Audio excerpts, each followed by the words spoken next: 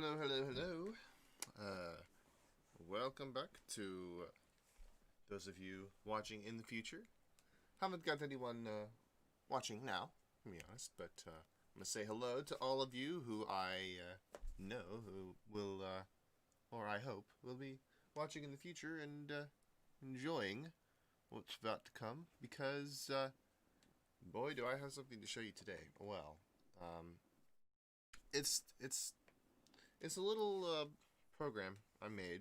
It's not I didn't like make it over the weekend or anything, but basically I went to college here. I guess I'll turn on my camera for. Ooh, mind that. Don't. Well, get some light on my face here. So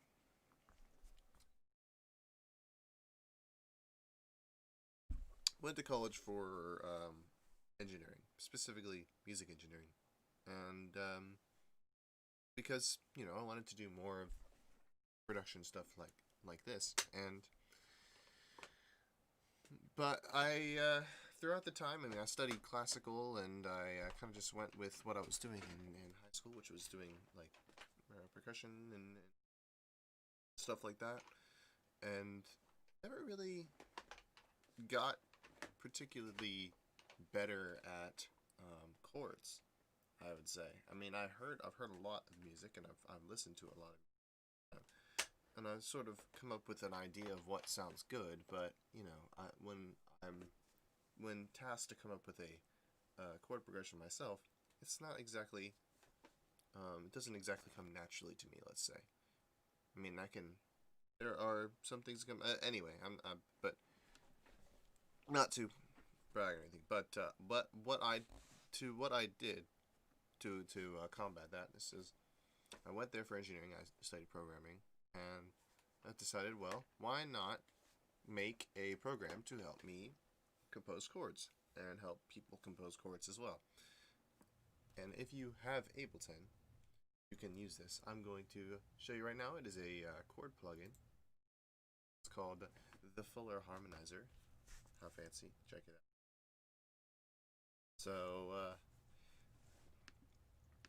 So what is it? Well, it is a chord generator. It is basically a way fancier version of this MIDI effect I showed you guys yesterday. Let's pull it up here. Chord MIDI effect. If I go over here to this, you can see if I start to turn up some of these knobs.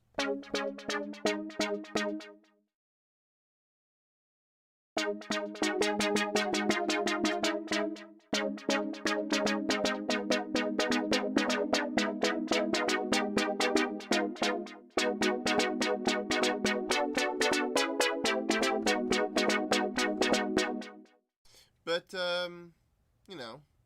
there's not really much more to it. I mean, you can turn up some intervals of semitones between the starting note you play, and you get a chord from that. But it doesn't really tell you much about the chord, or doesn't allow you to create chord progressions. In that, like, you would have to essentially, I mean, unless you're using this in the context of like having the same chord repeat over and over on different notes, like you would use in house.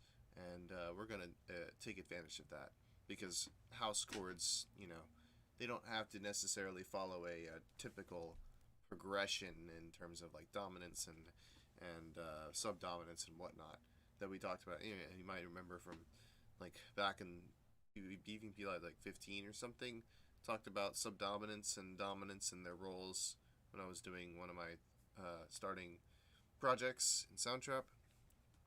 But here, not as important, really. If you find a nice sounding chord, you can kind of just I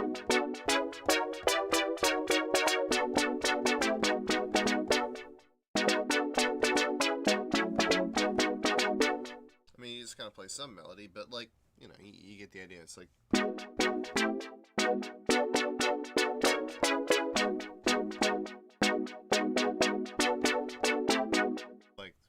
the few chords might be better than many. Um, so, on that note, let me show you fancier. So, this is like upgraded version. If you have Ableton, you can use this. And for anyone who decides to watch the stream later, and or if anyone decides to check in today, oh, hello, we have a viewer. Speaking of someone checking in today, I can provide this this software at the end, and I will also put it in the description at the end of the video, or at the bottom underneath the video, so that you can test this out for yourselves. If you have Ableton and you know, you have the capability of launching Max for Live MIDI effects, then you can use this. But let me show you. Also, I could just make it as a Mac application. That's also possible.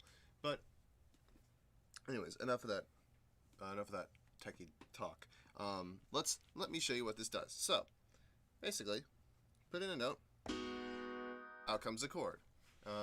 As per the function of this chord plugin here, but there's a lot more to it than that. We'll just go through the interface here. So you'll notice that it tells you a little bit of information about what chord's playing. So right now, it's telling me that I input a G sharp and an A. So it's telling me what note I put in, and that note is then being used as the tonic of the chord. And then it also tells you beneath it.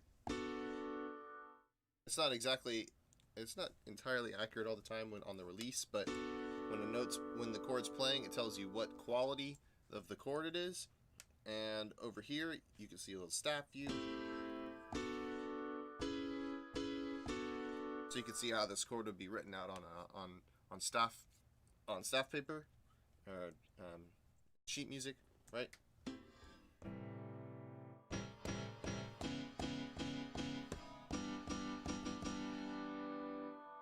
That's kind of cool. And so on top here, you have two keyboards. This keyboard actually functions as an input, so I could click on it if I wanted to and play notes, or it just shows you what note is being played through their MIDI. And then on the bottom keyboard, it shows you the resulting chord. So on the keyboard. So I would say it's a great educational tool as well if you want to learn how a chord is written out, or how you would play a chord on the keyboard, for example. You could just select it over here and then see how it displays. But let's just keep going through here, because there's a lot to go through. We have pitch bend range, but that's not really applicable in a lot of places. I'll get into what that does later on. But the mode is the most important menu here. So what mode will do is it'll change this entire view on the right here. So this is the section here that's kind of framed out. This is the section that gives you the chord, right? So right now it's set to a mode called chord menu. And what that is it gives you a menu where you can select any chord, and then, so let's select a minor ninth chord, and beneath that it shows you the semitone intervals. So if you wanted to, you could go back into the chord plugin here and copy those numbers, so 0, 3, 7, 10, 14, and you'll get that chord over here if you wanted to, or it just kind of tells you just for information, right? And it has up to 6 slots, so this is capable of playing up to 6 note chords. More are planned, but that's later on when demand is there. Tells you the quality and all the information about it, yada yada yada. And then over here gives you some more fine control over the individual notes in the chord. So it has sliders and knobs. So the knobs, they're grayed out right now, and I'll explain why in a minute, but these let you control the velocity of each note in the chord. So if you wanted to balance the chord out, you could do that here. But right now it's grayed out because I have over here global velocity enabled, and that makes it so that I can either set the velocity of all the notes in the chord with one knob here, or I can have this button enabled, which makes it so that the MIDI controls the velocity of the chord, which is what I have now, so that I could control it myself and play it in. But if I turn that off, nothing's happening because it's 0, but if I turn it up to like, no matter how hard or soft I press the key,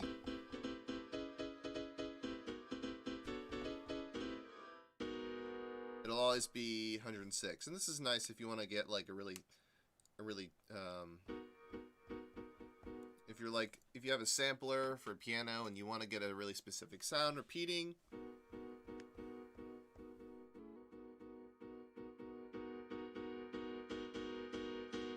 And slowly like ramp it in, that's nice for that. You have next to it separation. Basically this will make it so that if you're playing chords really, really close together, they will, or if you're doing this, there will basically be a guaranteed delay between the chords, which is nice if you have like a MIDI clip that's put in there. Oh, hi, we have another viewer. Hello there. This is nice if you have like a pre-recorded MIDI clip with a pattern on it that's like maybe the notes are going quickly. This might add a little bit of swing to it, so that's kind of useful there. Temperament doesn't work in most situations because it relies on pitch bend, and Ableton's kind of finicky in how it handles pitch bend, but this works. The standalone app, which we might get to today, might not, because that's kind of its own demo. But anyways, and then also with this program change over here, that also has to do with this being in its standalone. This can also exist like as its own app, and it can play just like standard MIDI like instruments that are kind of stored in your computer already.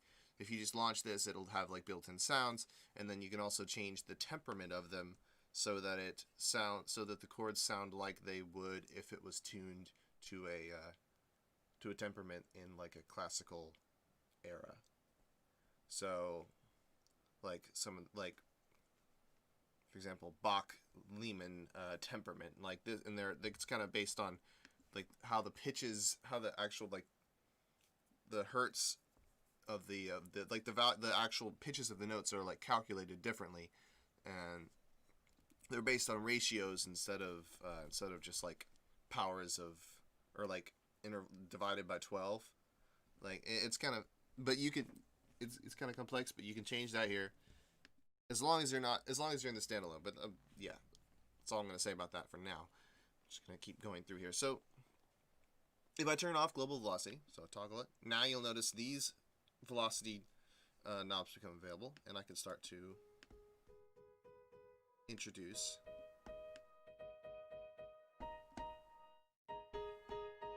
balance the chord out, you know? Also, you'll notice every single, well, I'll get into what the purple buttons do in a second. Below that, I'll talk about the sliders first. Below that, we have a set of octave sliders. So it says V1, so this is voice 1. This stands for voice 1, octave. So what this will allow you to do is make inversions. So basically, I mean, all inversions is moving certain degrees of the members of the chord, like notes of the chord, up or down an octave. I mean, that's essentially what it is. This allows you to do that. So say I wanted to invert it by moving the root note above the 3rd, 5th, 7th, etc. I move this slider up, and you'll notice, so if you look over here on the left, that's in root inversion. I suppose that's in first inversion, but it's got 5 notes, so there's many inversions with this one.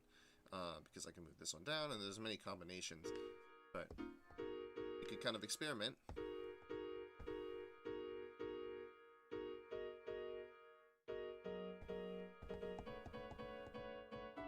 Get something really nice and spread out like this if you wanted.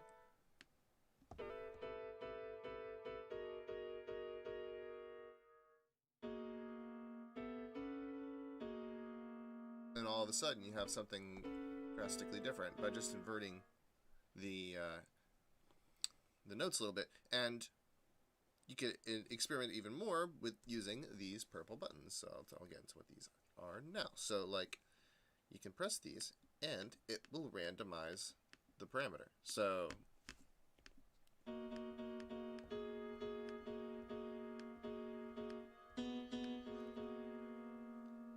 I can do it with the octaves as well.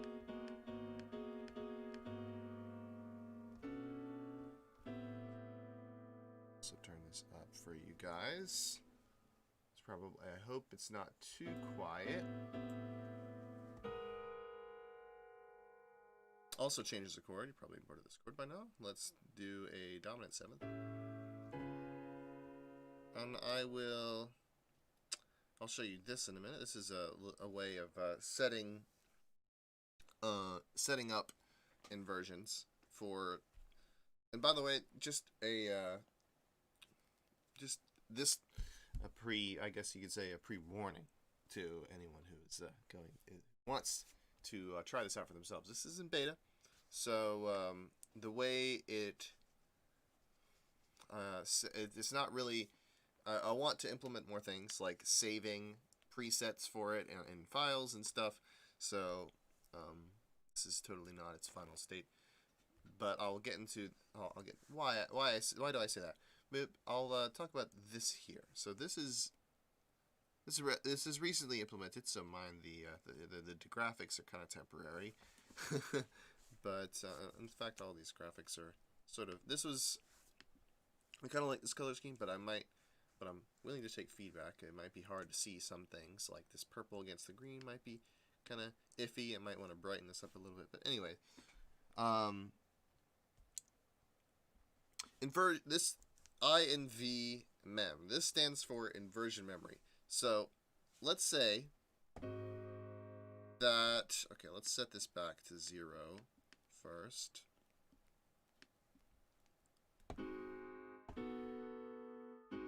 Let's say you wanted the note on G sharp, or the chord on G sharp, to be inverted like so. And then you wanted the note above, or wanted the chord above that to be in root inversion. Well, there is a way to do that. So what you will do is make sure you played the chord that you want to save. Then you go over here to inversion memory and you press commit, and it will give you a nice little message there. It says stored. So now, well, its behavior is kind of weird because if you haven't stored any inversion in any of like the other notes, like you have essentially like slots to store inversions on every single note. If you haven't stored anything on that slot, it will just carry over the inversion that was set by this. So if I wanted this to be in root, I've got to set it back to root inversion here by moving this octave slider down. And you'll notice here, when I play tonic again, it goes back to that initial inversion. You gotta set it here, store that, and now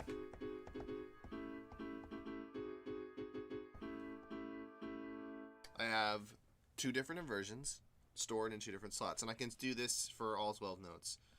And then I have a way of I have a button here of quickly setting it back to root inversion. Let's say if you did something crazy, or if you like randomize the parameters, for example, I have a button down here to the left, I guess I should mention, that randomizes all of these parameters at once. So if you really want to just mess around. Also, it's currently set to root inversion, so no matter what I do for the randomization, it will set it back to what's stored in the memory. So to combat that, we have a necessary function. We have the clear current So if I press this button, it will forget what's stored here. Okay, I'm playing the root. So no matter what I set it to, it will carry that over. So great, now I could kind of mess around with it, right?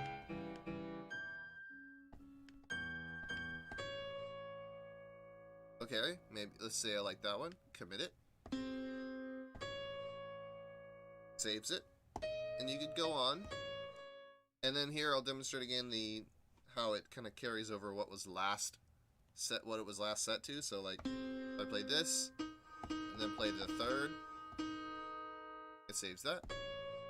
But if I play the second, then the third, it carries over that inversion. So I'm not sure if that's exactly a great way to do it, but it's just the way it works as of now. But that is kind of essentially the core, like the core functions of it. Allows you to set inversions, save inversions, and play chords. But that's not all. It also allows you. There were other modes. I guess we'll look at chord per note. Now this one lets you not only save per note the inversion with that inversion memory over here that I've already demonstrated. It also lets you set a chord for every note. So right now all the velocities are set to 0, so I'm going to turn it on global. Also, there's still some inversions stored, so I'm going to just clear everything and then set it to root inversion. And root inversion also stores it in root, so I guess I should just... Okay, that's good. So let's turn this up a little bit. So they all default to augmented, 9th augmented 5th. I'm not sure if that's the best thing, but it just ended up being first in the in alphabetical order. But we can also randomize the chords here. Doesn't randomize the one you're on, which is kind of weird.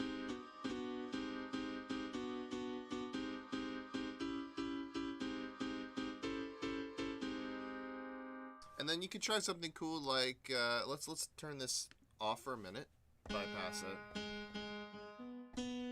and we'll come up with a little progression. 2, 3, 4.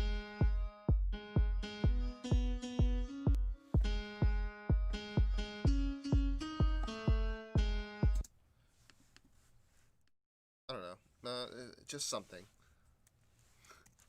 Let's quantize it so it's...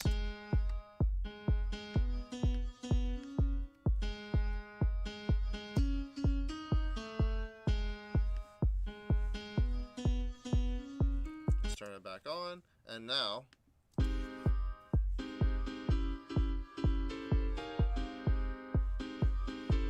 I could have played that better. I'll try that again.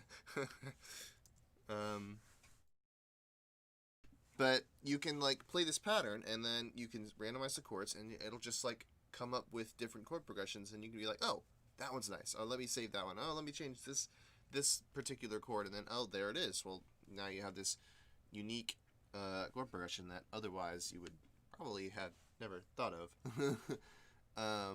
Maybe you would have, but I would doubt that you would come up with something like mystic to leading tone triad to supertonic like that. That's highly doubtful. But I mean, these are all the chords that were on Wikipedia. I just got like all the chords that were in existence in Wikipedia's sake. Some of these are kind of overlaps, like like the median chord is actually just a minor chord, but it's like raised up a minor third, for example. But it's all there. It's all there. And you can pick randomly from them. And let's just play another progression here so we can maybe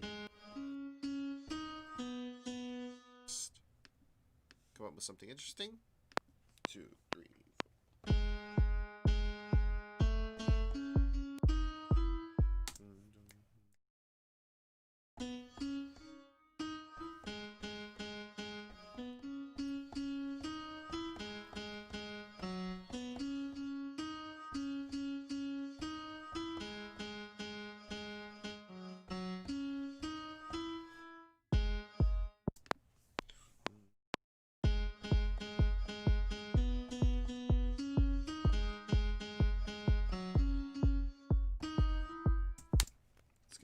velocity's right.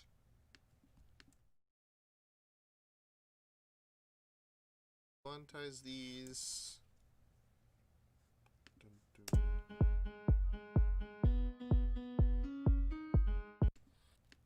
Gotta put this one back a little bit. Zoom into the notes. Rather than re-record it, just move this one note back a little bit. I can tell this is gonna be off, yep.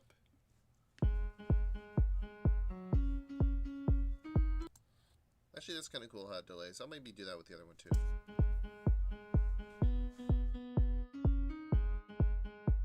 Maybe I'll do that with the first each of these. Bam, bam, bam, bam. And then I'll swing everything.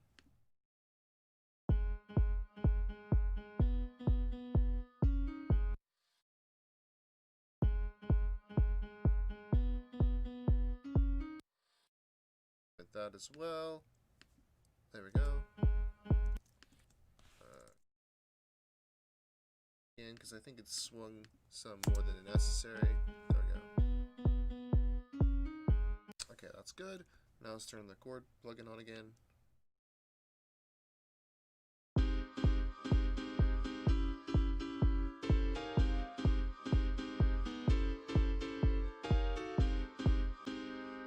Yeah, we're gonna randomize that.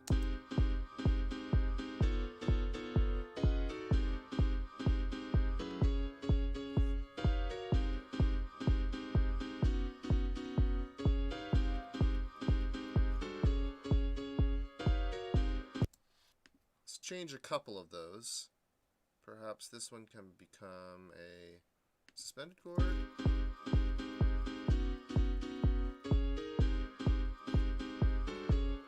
And then whatever that one was can change.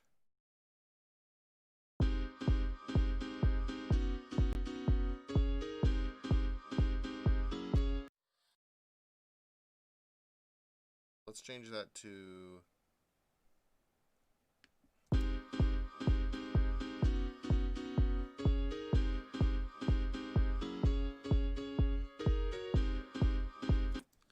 perhaps on G.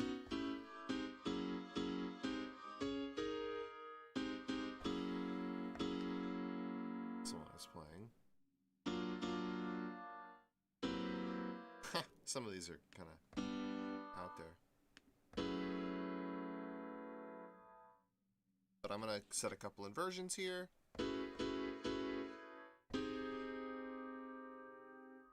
Set this one at root.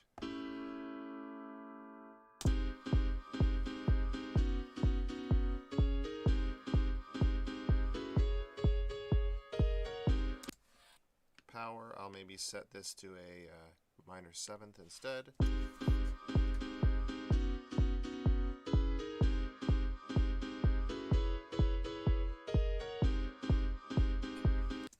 So let's change this to have this one up. And you get the idea. You can just kind of...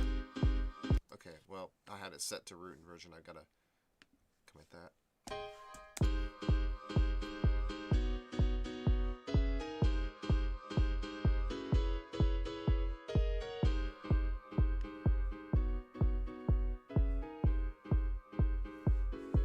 Pick one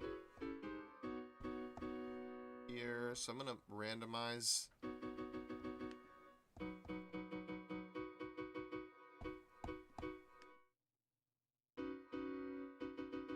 that one, store it,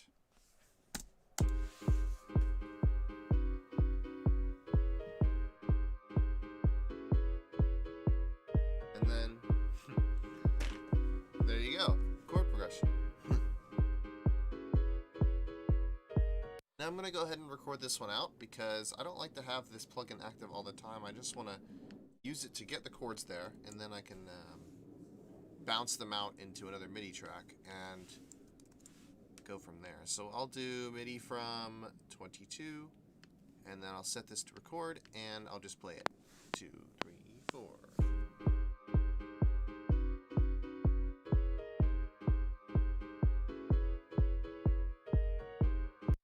And there you can see you can actually see that delay in action, so you can see that the chords are actually a little bit off from the start. I might try and remedy that by turning down the separation. So yeah, you can see it's got 10 milliseconds.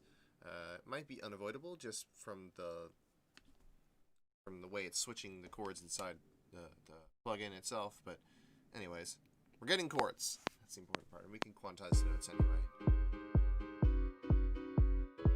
See it recording down here. And there we go. So we can go here and just say, turn this off, bring it down, and there we go. And I can also move it to the other instrument. Probably want to turn the notes down or move them down or something.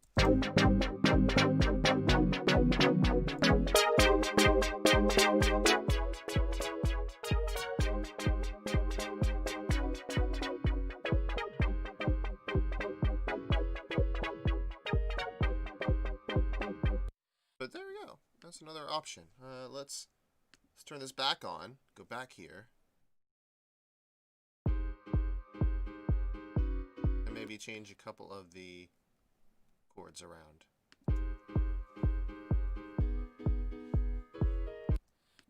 Nah, I like the mu here. Try mystic. Oof. No. Okay, not using that one.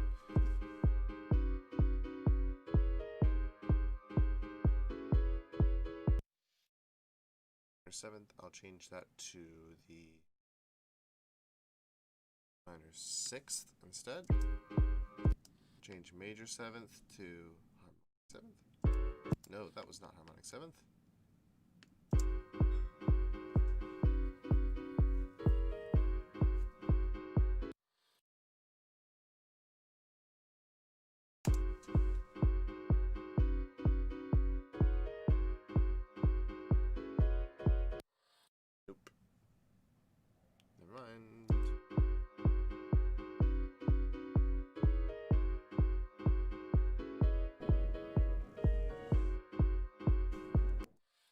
Not that for the tonic.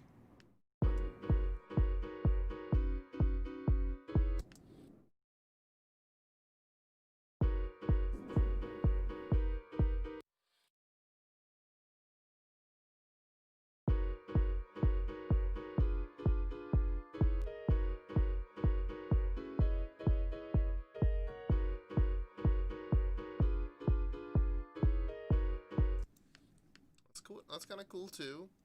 So we'll try that. 2, 3.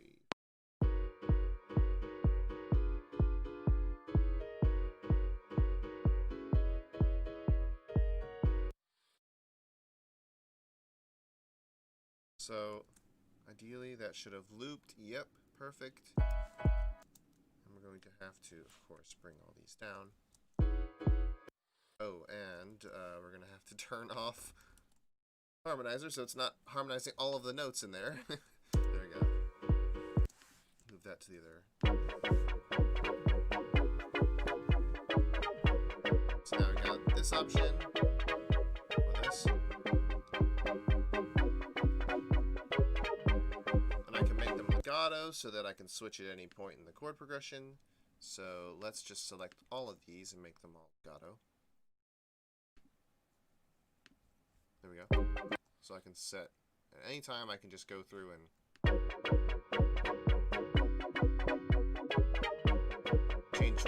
change the quality of some part of the progression. So like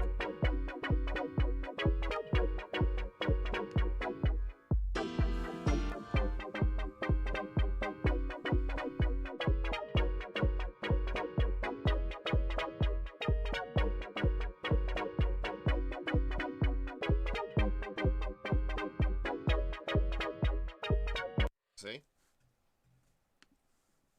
And these are still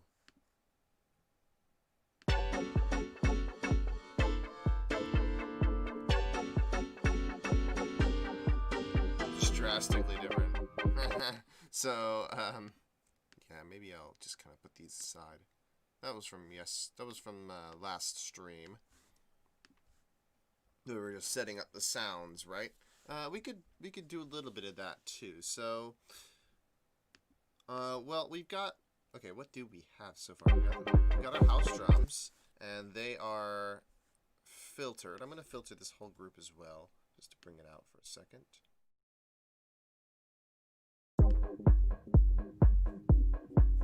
So I've got the drums filtered. Typical house beat, but I want to kind of innovate with that a little bit and find some more interesting sounds. Perhaps throw some effects on the drums that maybe will mix things up a little bit. Let's take a look. I'm going to just duplicate. Actually, no, I will use an auxiliary. What do we have right now?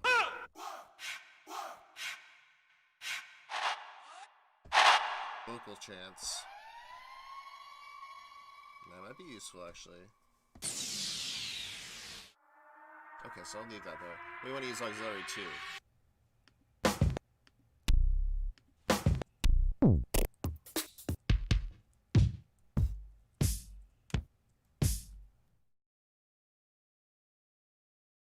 Layer kick. I'm looking for stuff to put on top of the kick we have now.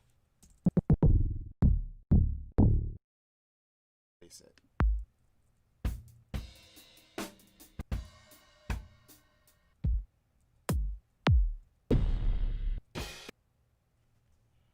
That might be nice.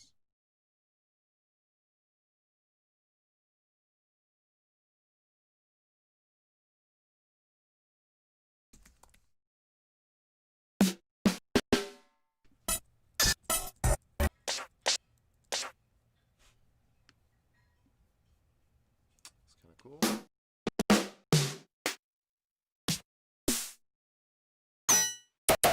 Nope, gonna stay away from Evil Robot. Don't want that one. Different license. Boy. Yeah, we're looking for stuff like this, like kind of acoustic clips. I'll take both of these.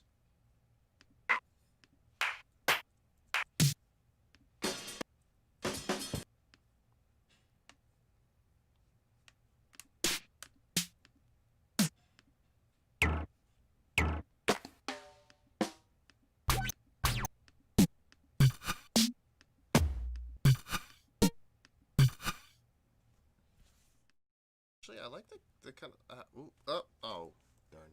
I like the second part of that, but not the first part. That could be like a nice shaker sound.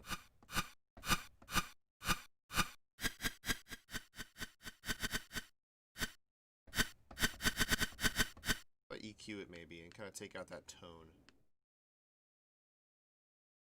So, nice thing about drum racks is I can throw an EQ on an individual sound.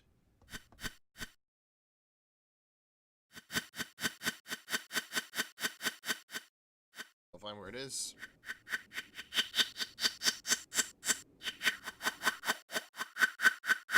Right about there. So now it kind of sounds more like a shaker. I'll even widen this a bit.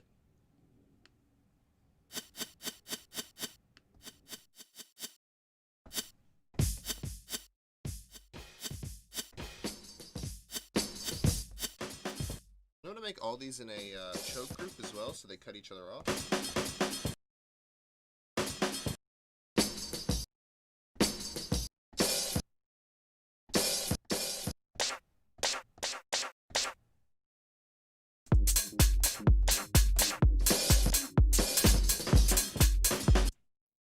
I want a lot more of these kind of samples here. We'll find them in a minute, but let me just set up the choke group really quick. So I can go here, and I click on the menu icon, and that shows these little icons down here. This stands for I/O, and send and return. I'm not going to mess with send and return. All we need is I/O, so that we have this show up, the choke groups, and then I want to place the snare samples in choke group 1. This one.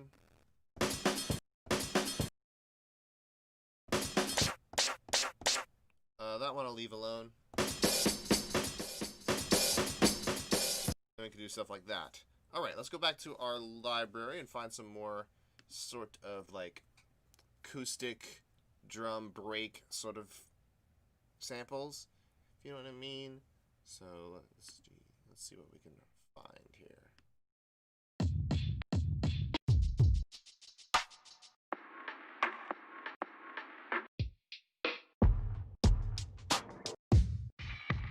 These aren't really acoustic. Aren't really acoustic.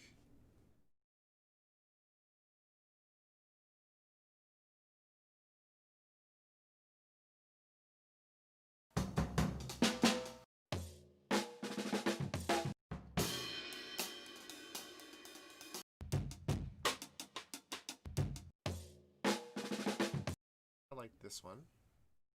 So I'll find a slice of it that's nice. A nice slice, indeed.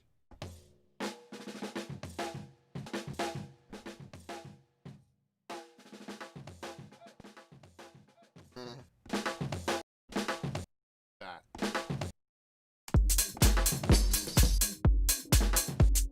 Put this one in the choke group as well. Then we can sort of do something like.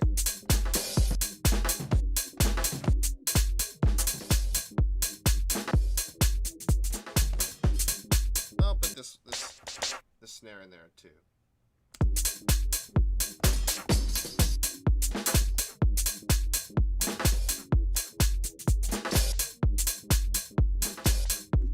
I'm gonna EQ everything too, so it's not too boomy.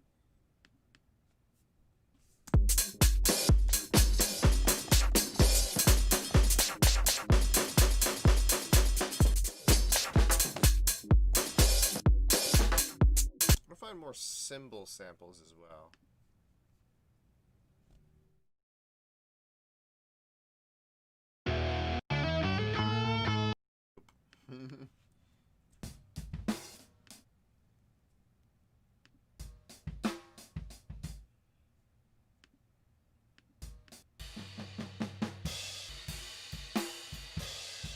Let's take this. Slice of it.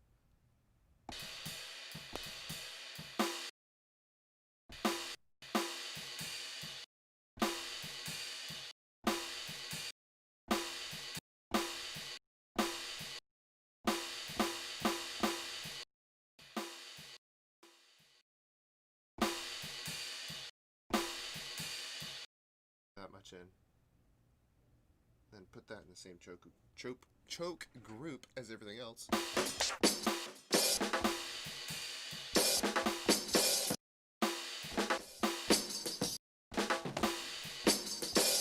Just another thing. Okay, let's look in here now.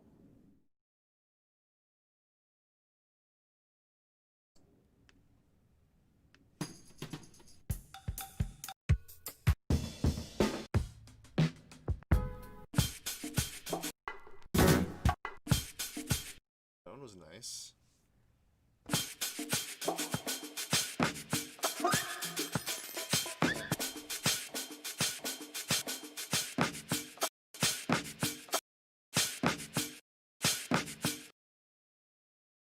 If I could speed that up a little bit, that would be nice.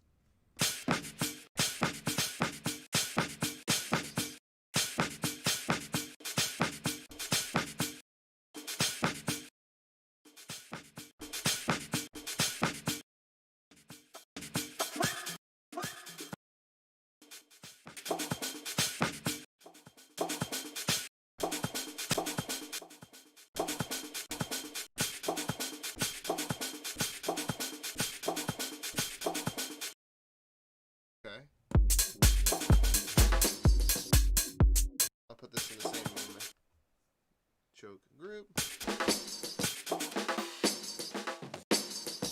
This one I maybe can.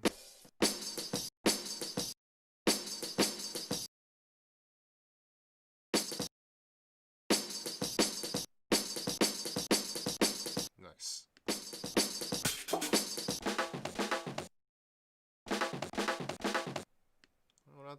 fast.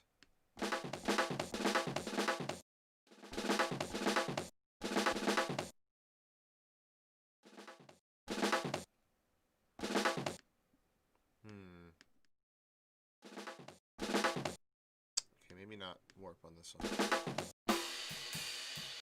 This one, though.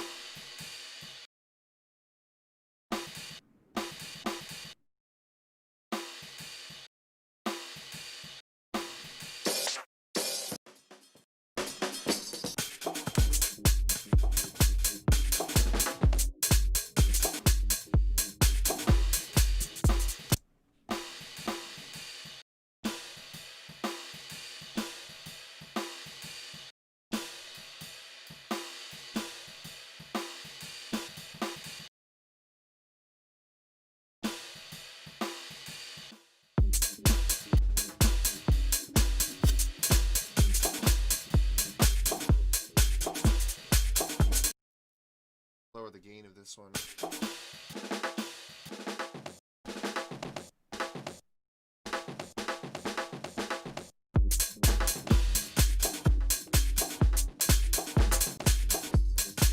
I just make all of my notes max velocity.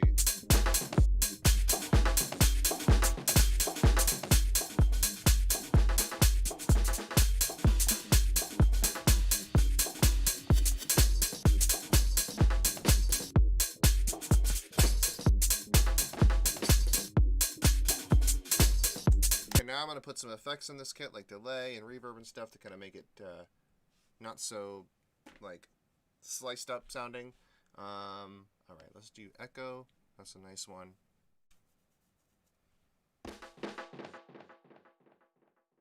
Okay, let's choose a preset that's interesting. Clean delay, perhaps. This could move to the center of the camera, right? Mid filter.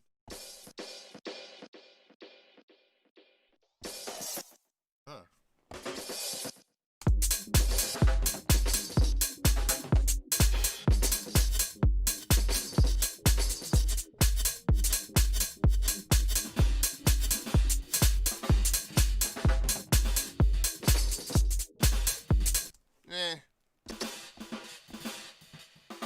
Maybe if I had a clip that was recorded already. Let's try that. Let's try recording a clip.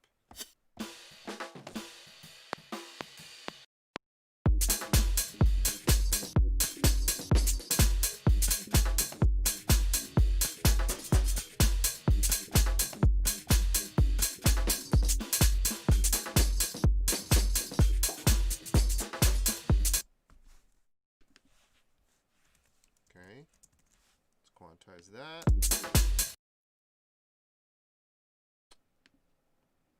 And then we'll just kind of fine tune this.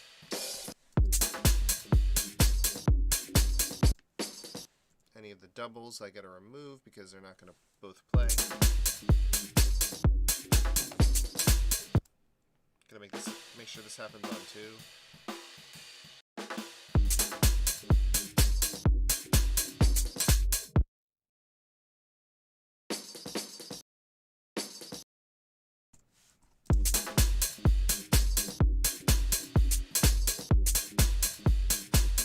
Okay, I think I got a groove here. So this can happen on 2, or this will happen on 2. This will happen on 4.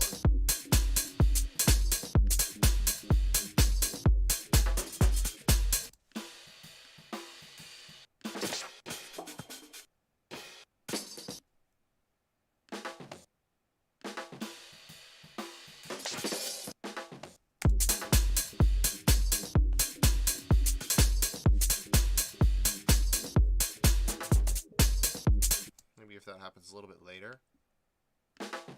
Right there.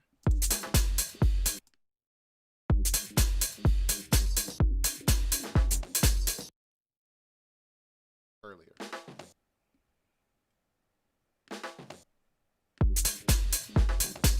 That's good.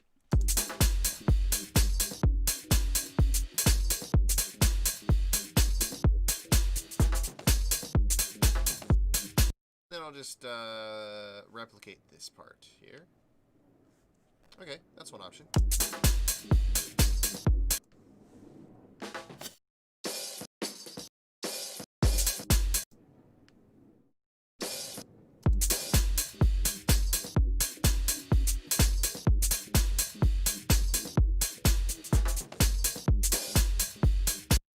probably come down a bit, this sample. Which one was it? Yeah, that.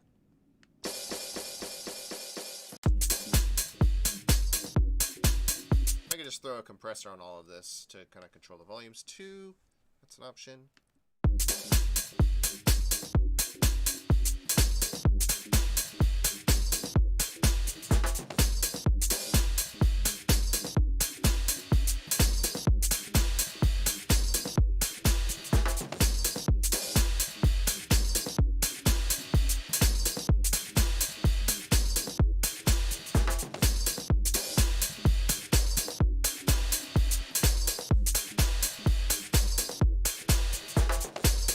Maybe some auto pan might be nice here.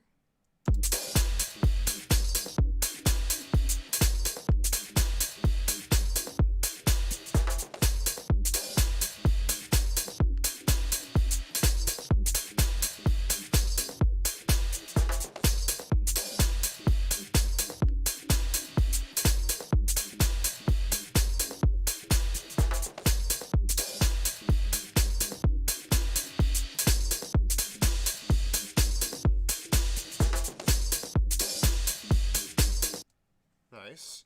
Okay, what else could do this? Do this some justice. Now let's turn on the filter, or turn on the echo and see if it sounds good. Maybe before the EQ.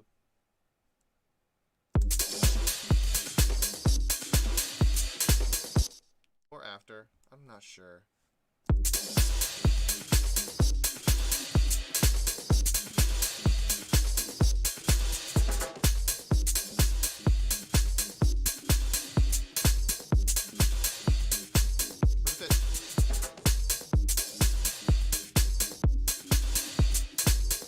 Automated in and out like this.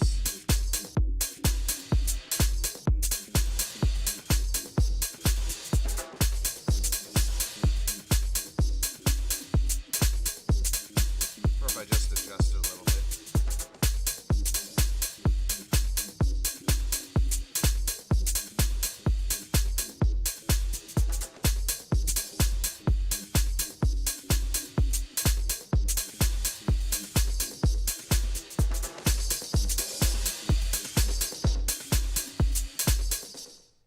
Nice. Okay, that could that's pretty nice. That's pretty interesting, I'd say. Let's focus on just this now, because this is still plain Jane, like typical house kit, you know, what you'd hear.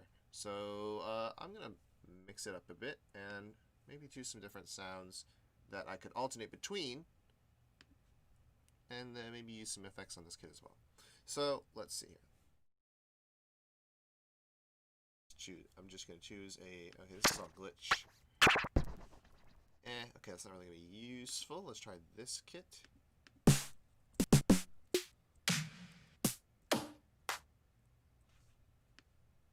Okay, nice little minimal snare. That's nice. I'm actually using one of these hi-hats as a snare, kind of.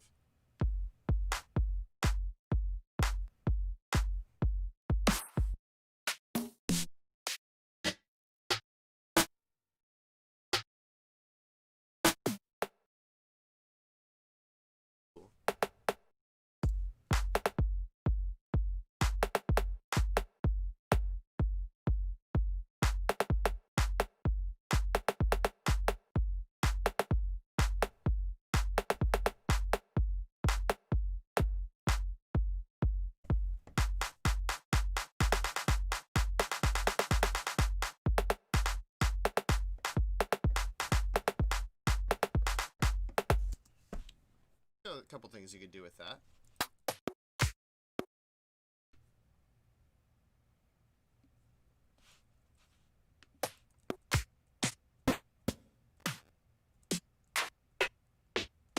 All sorts of nice little sounds in here.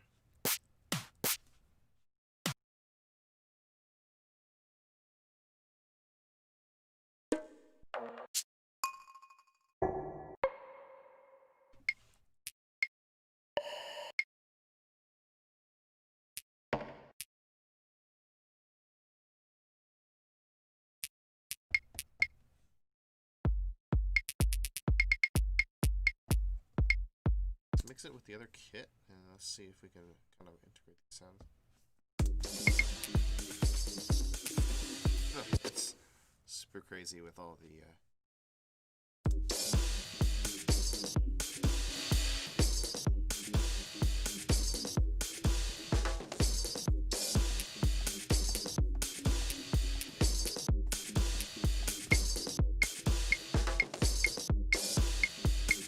I'm going to tune this down a bit.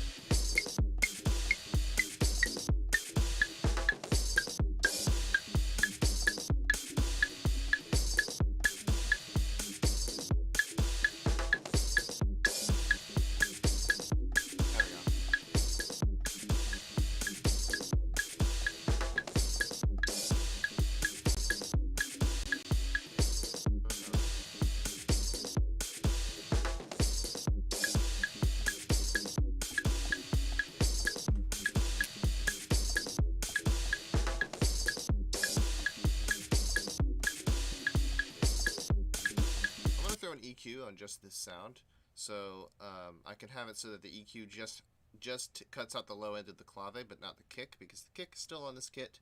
Don't want to mess with that. So let's pull 8. I'm going to drag it in this little gap here. Nope, that's on the bass drum. We want that sound.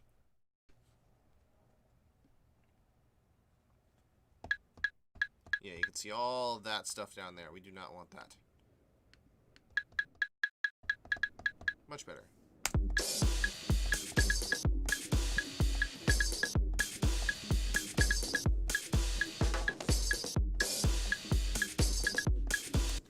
I will record an alternate version of this clip, which is just kick right now. All the other notes are turned off, and I will do a little clave rhythm. Okay.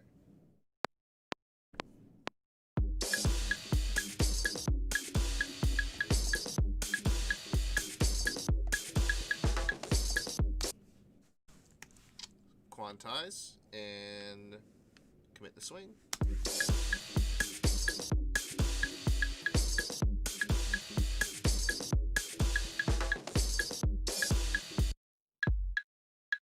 Need for them to be so loud.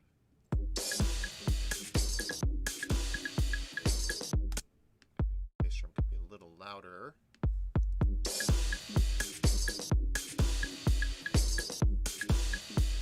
And let's go ahead and add our sidechain effect as we do. I'm going to use a traditional Ableton compressor just so that I can avoid having to create, well, I'm still going to have to create a sidechain source, but I'm going to avoid having to route that sidechain source's output to a plugin. Like beforehand in my trap project, if you might have seen previous streams, I was using an external plugin to do sidechain compression. And that meant I had to route the audio output of one of the tracks directly to it so that I could use the sidechain. It's weird, but if I do it through Ableton's stock compressor, it'll be much easier, much more flexible, because I can route it any which way and use it on any channel without having to move, without having to route audio anywhere. So first, though, I'm going to create a sidechain source, and I'm going to do it a clever way where I go ahead and find my previous project. So I'll go into my project, well, no, where I store all of my projects. Let's see.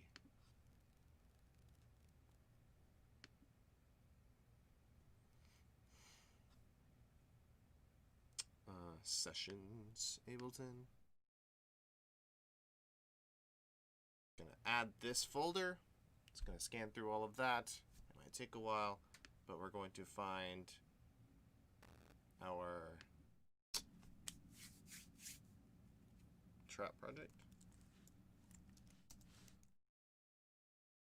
So our previous project, we had a sidechain source track, and what I can do is just take it from the browser here. I could probably see here. I'm just going to search through my previous project and drag it over. And I don't have to load up the whole project. I can just load it up in the browser and just grab an individual track. But since this is taking time to load and I am thirsty, I will be right back. So we'll give it a couple minutes to scan through here because it is, just populating the library and all that. But yeah, we'll be right back here with some more beats. Okay.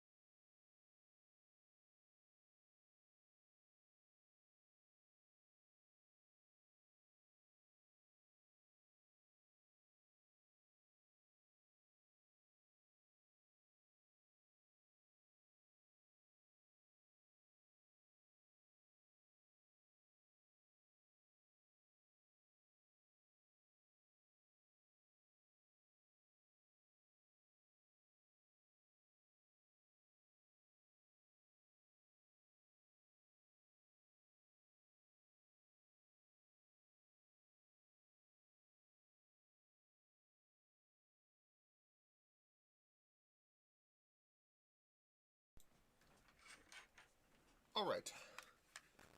It is loaded. We're back. We're ready.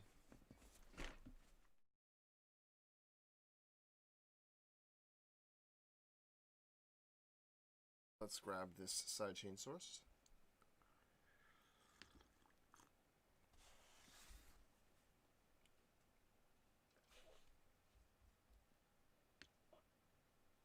And we'll just drag the track in anywhere.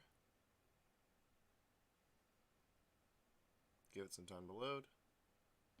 Let's put it there. Why not? And also you see you got all the clips from the previous project. We can just clear those out.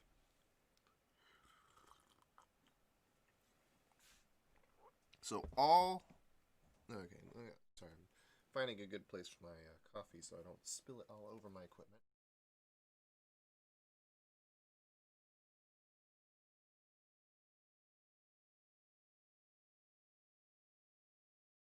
All this is a noise sample. It's a quick decay, and when I send that to a compressor, it'll result in a nice sidechain curve, and we won't have to use a kick sample, which is often longer and kind of some sort of decay to it, so it won't result in a completely clean compression sidechain curve. And I suppose I'll just demonstrate that quickly. But first, oh, excuse me. Move this over. Remove this over, actually.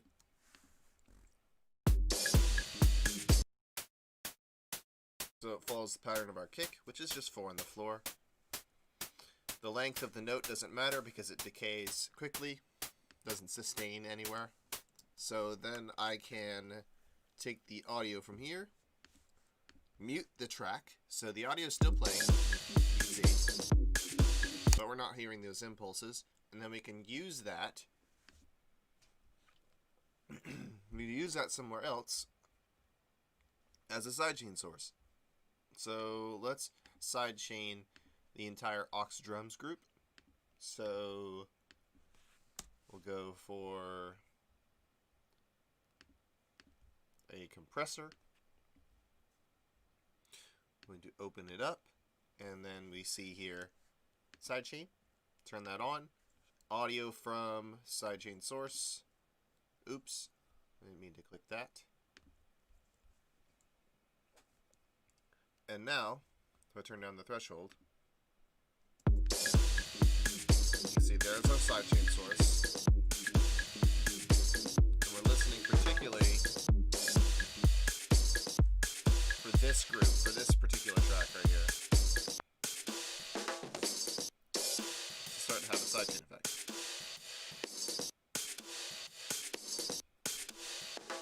There we go.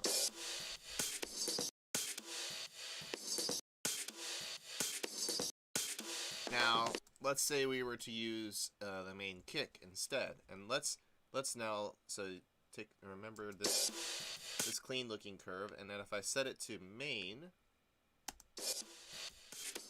check that out. Not pretty, right? It goes all over the place, and it doesn't even have time to recover back to full before it just goes crazy with compression. Like, yeah, no good, right? We could probably back it out. We could also filter the kick so that it only lets the high notes or the high energy come through, and that might help a little bit cleaning up the curve, but it's better just to use a source that we get just a completely clean curve every time. And no matter what our kick sample is, we can adjust the length of that impulse and whatnot to adjust the curve accordingly and still have a clean curve despite maybe having a messy sounding kick. So we'll go with that. And you also can really drive the compressor. Like I can it's right now it's at infinite. The threshold is minus infinity. Maybe I'll even turn that up to like minus 55, right? We can also bring more of the sidechain source in.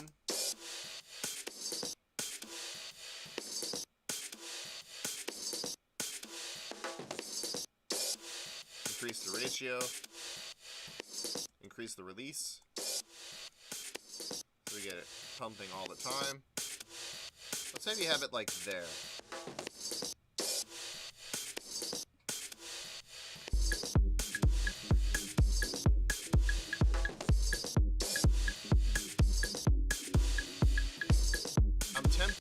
To take all of this stuff that's in this kit here, all of this, move it to one of the aux tracks. Let's actually do that.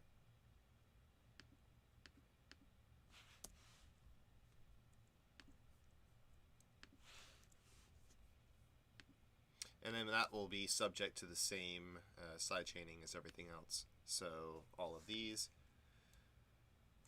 I wish I could. The one problem is that I can't really select a group of samples. Well, wait a minute. Yes, I can. Yeah, I just have to go to this view. There we go. Copy. And paste. Right? Yay! There we go. Easy. Then I could just go here and delete all these. Goodbye.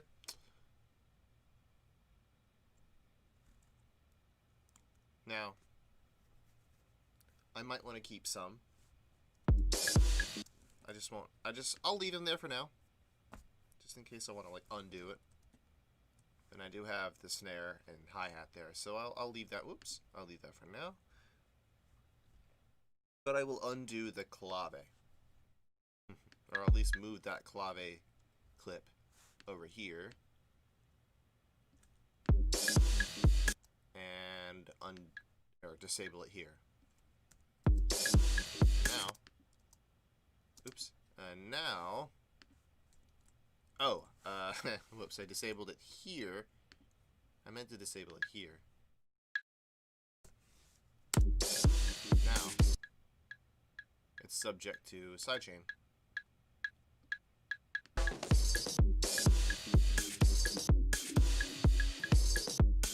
Not like it's really having much of an effect, though. But maybe I can move this EQ onto the entire kit, right?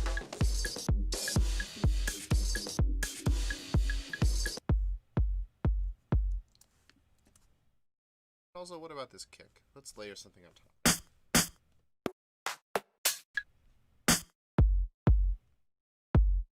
Or maybe I could even make it shorter.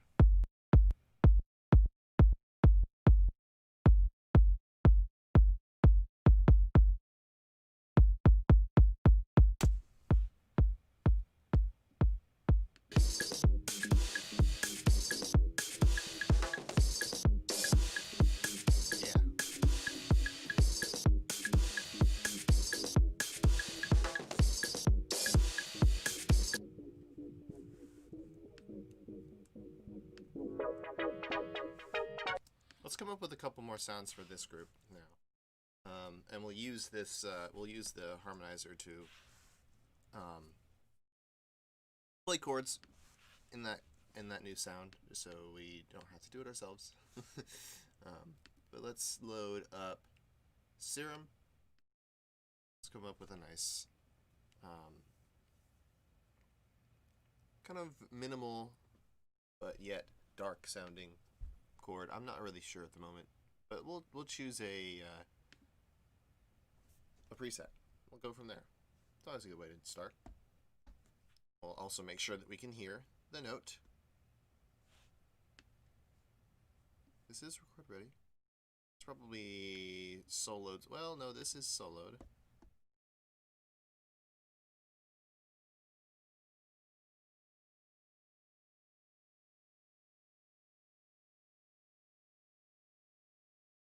What's going on with this patch?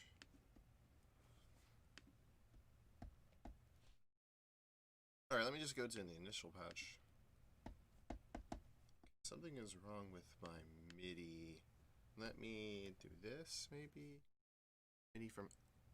Ah. That's why. This was the track that I was getting the chords from. So I need to say from all ins. Now we have this. Great. That's not what we're gonna use, by the way.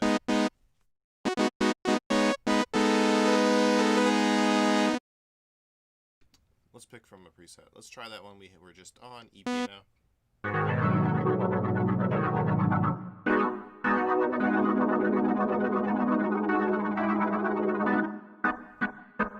Rather than play the chords ourselves, we'll just move the harmonizer onto the other track.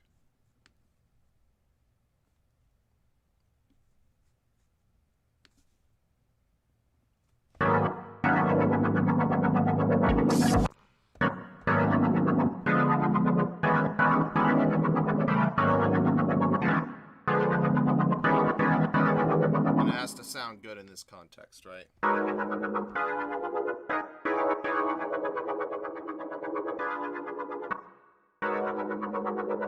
this one is not particularly cutting it. So I'll look at some other presets.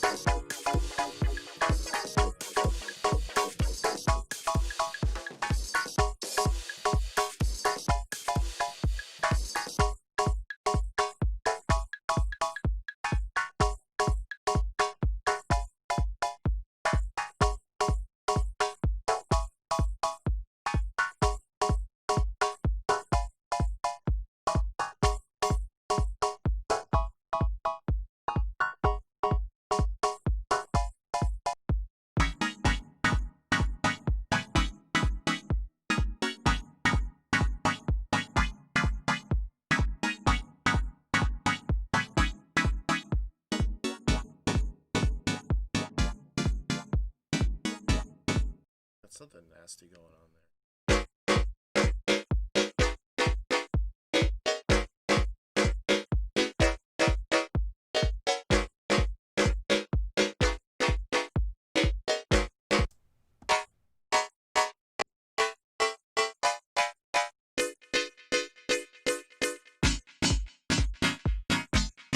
What's going on our first chord here? Oh, minor 11th. 7th instead.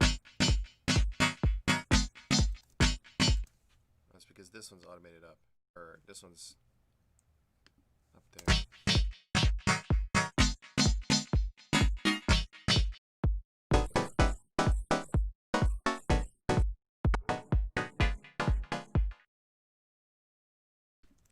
Let's boost them up an octave.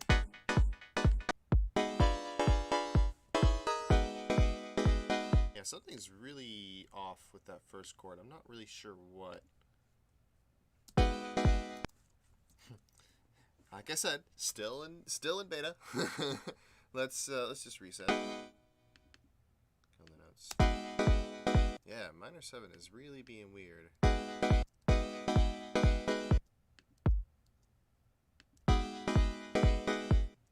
It should definitely not.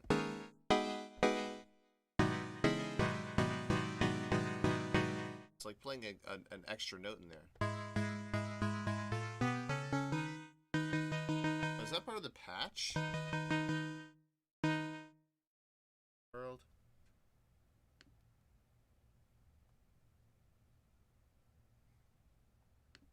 Perhaps it's sending it somewhere else? No. Okay.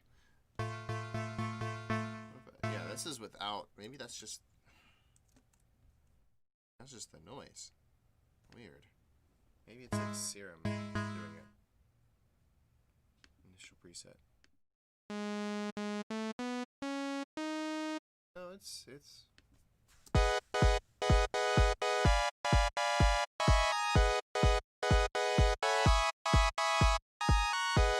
definitely fine.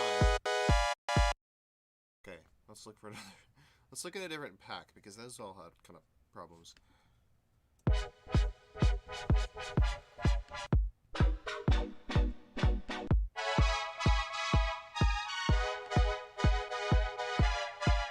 This might actually be where separation comes in handy.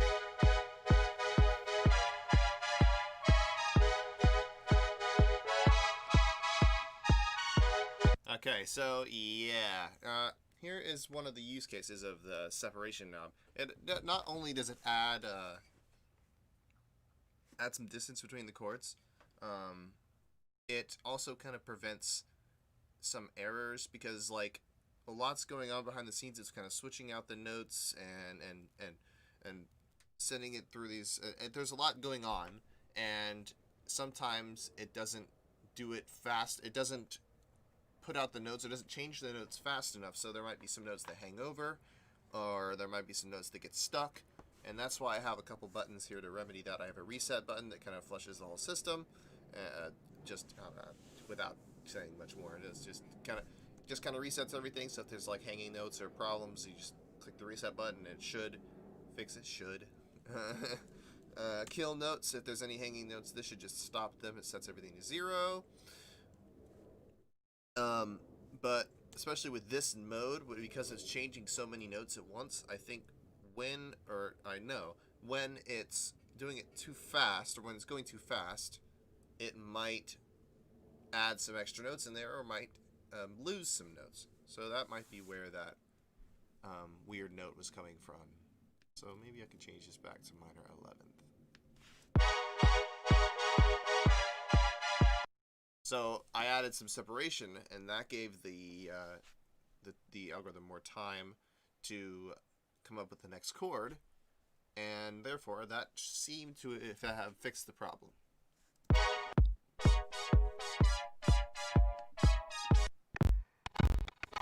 Oh boy. Okay. Some of these patches are very heavy on the CPU. Yeah.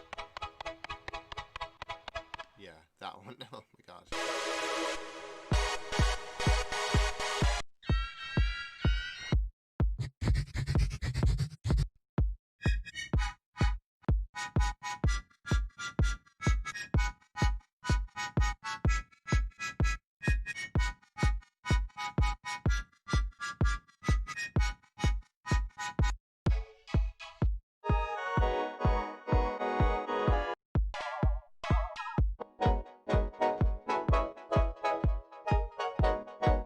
Let's fine tune this one.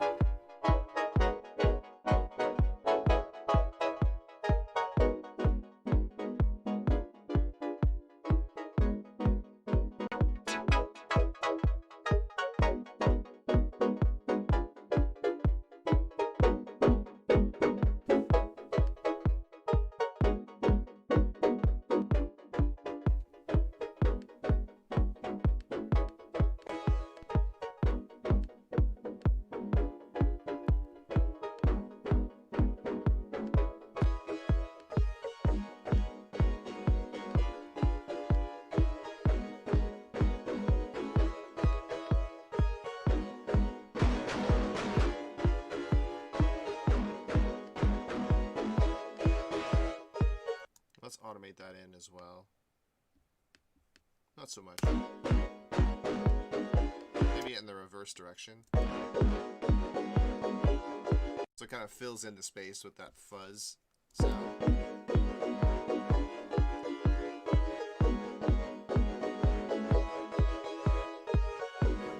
Enable a filter.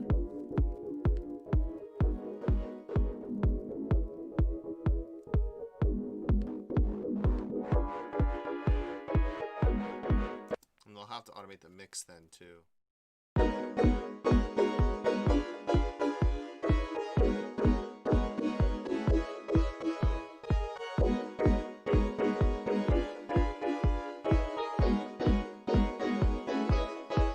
Then I can maybe move some of these around. Like I move the cutoff with the notch filter.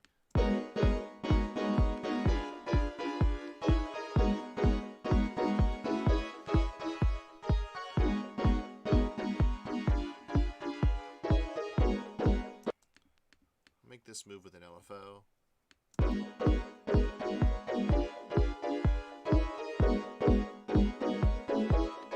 Let's listen to the sound.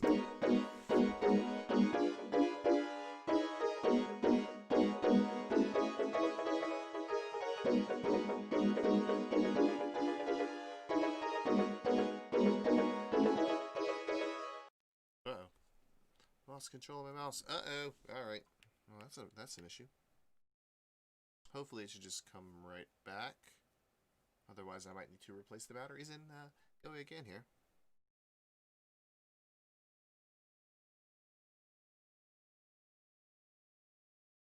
Yeah, let me go look for some new batteries. I'll be right back.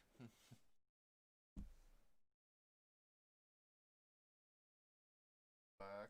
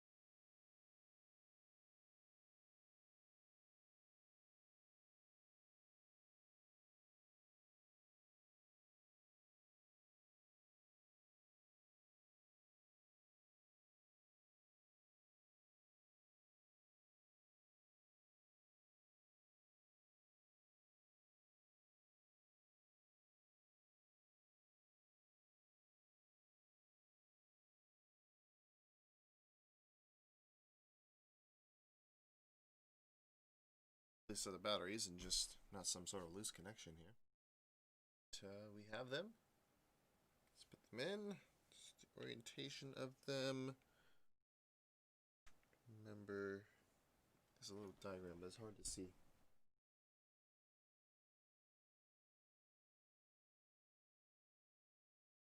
Yeah, I'll just try one way. And if it doesn't work, I'll try the other way.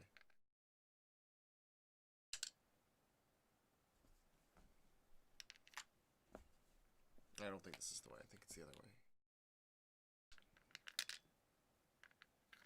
Yeah. Right? Way to find out.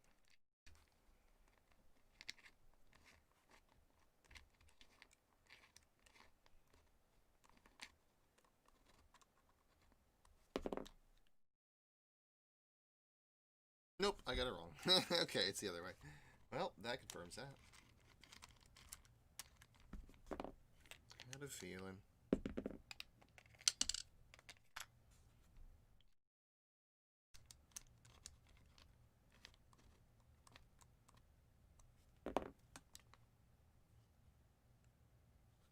Ah, we have a light.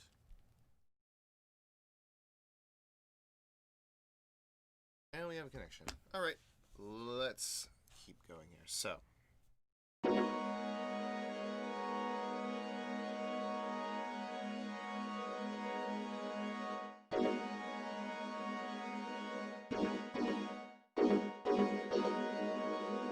This isn't really having as much of an effect as I'd want it to.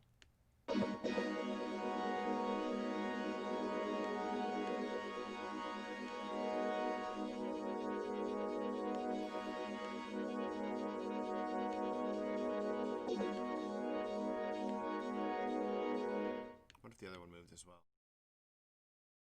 Not with the envelope, but with the LFO.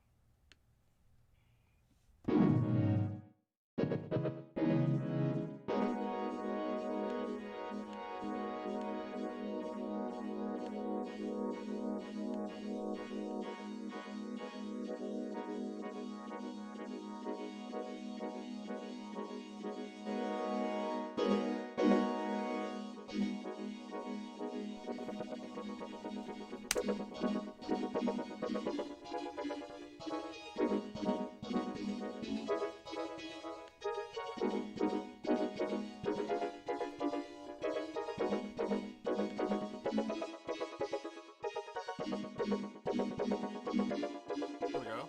That's kind of nice.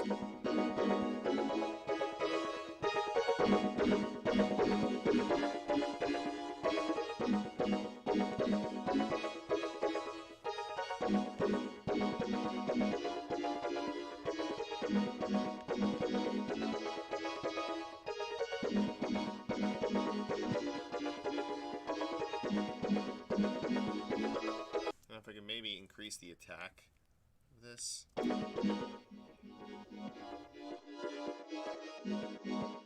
I can automate that. Or at least put it on a macro.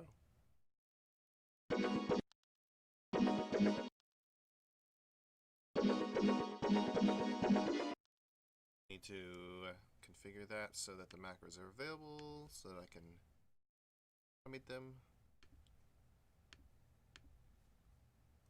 Cool. So all the way out would be like, okay, not much of a change at the moment. Controlling the wrong, wait. So that all the way down sounds like this. And I can right in the beginning.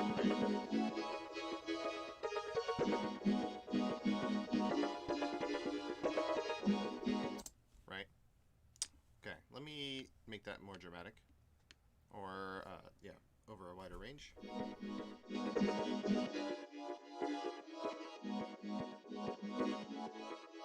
Also, I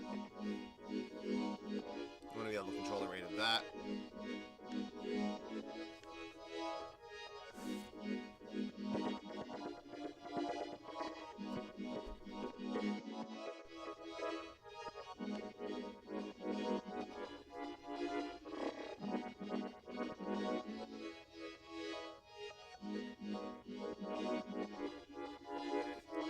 deciding if this is a good shape.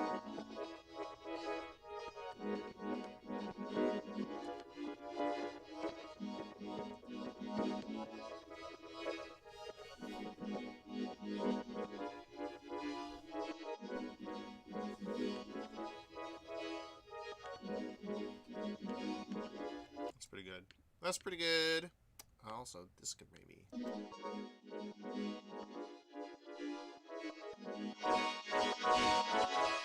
Definitely can be controlled.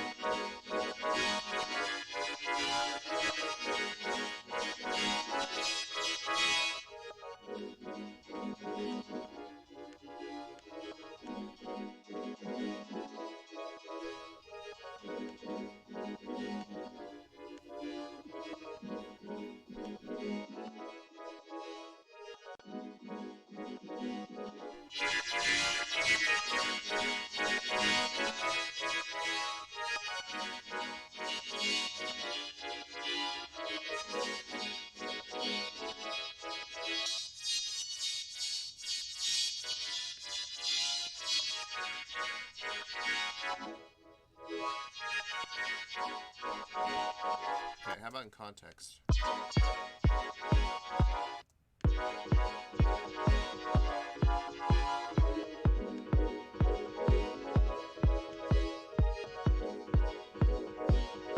Ooh, wait a minute.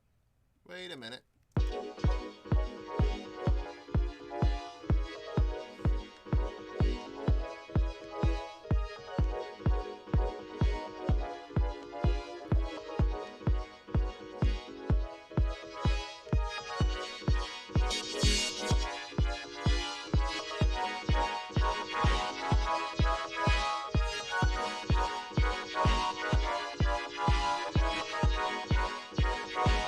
Back up on the distortion a bit.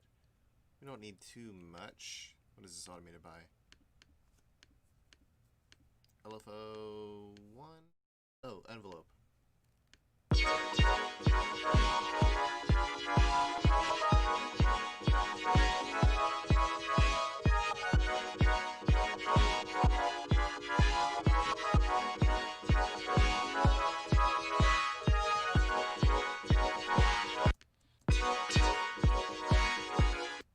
Filter shape.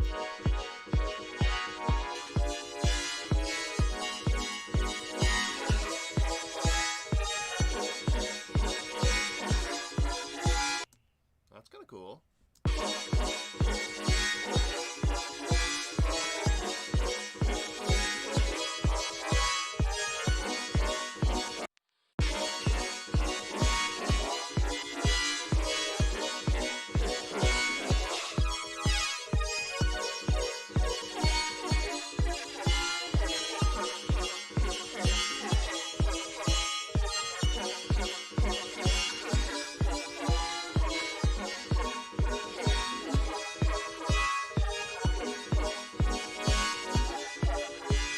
Still want to something to kind of like filter it out though. I guess I could do that here.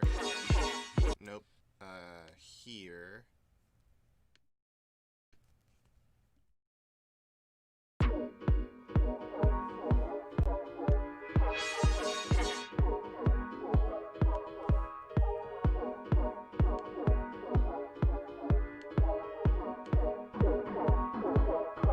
Oh, what does this sound like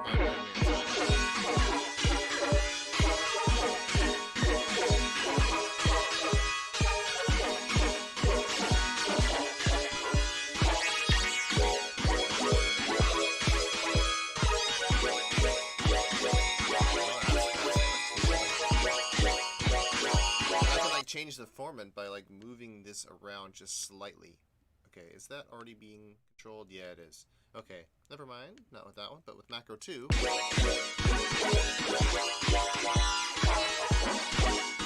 Let's make its minimum something nice.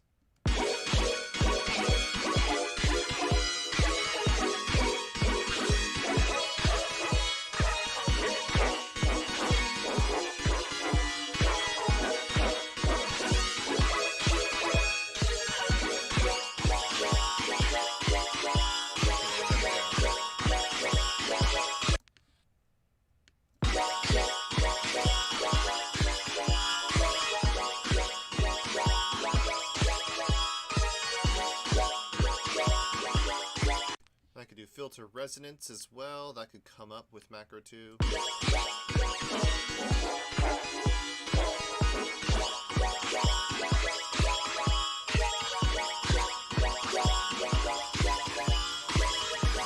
Let's control the level of noise with this second envelope. Just to give it a little bit extra transients.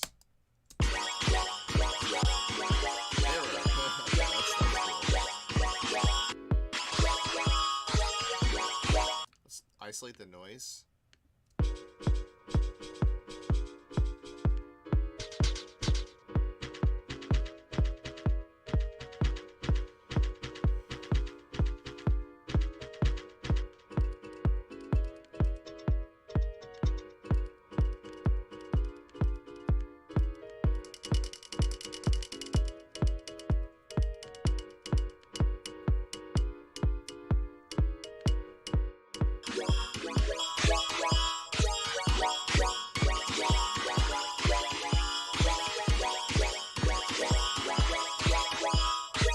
Make this the level of this delay controllable via a macro.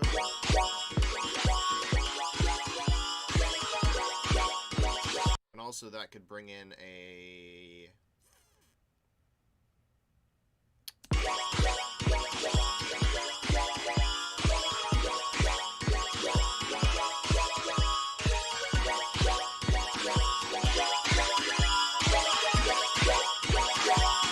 bring in some unison.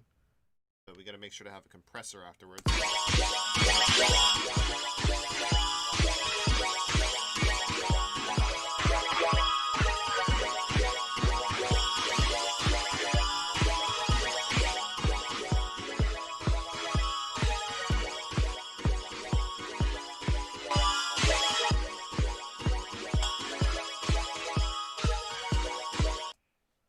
Let's have an EQ. Okay, EQ's at the beginning.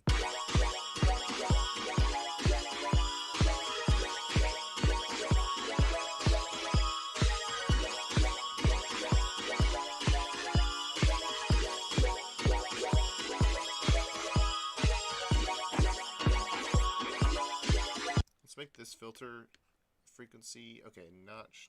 Maybe this can be controlled with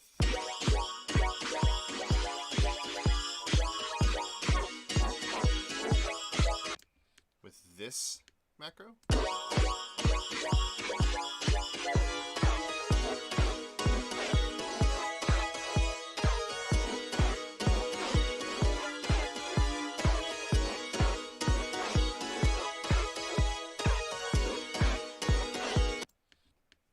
This can come out as well.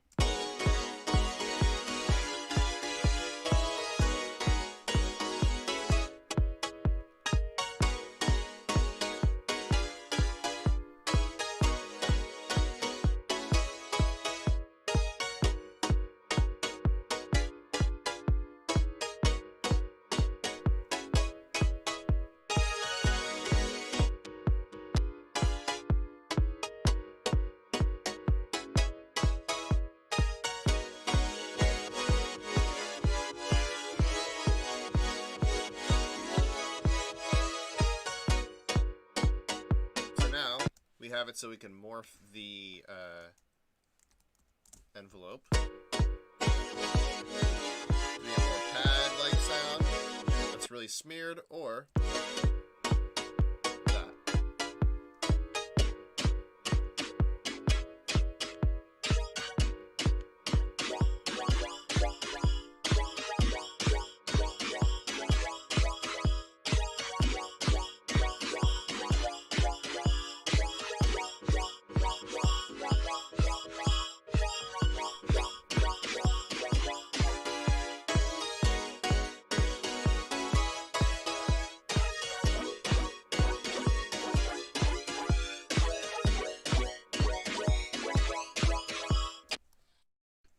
Cool. That I'm going to save. Oops. Save that as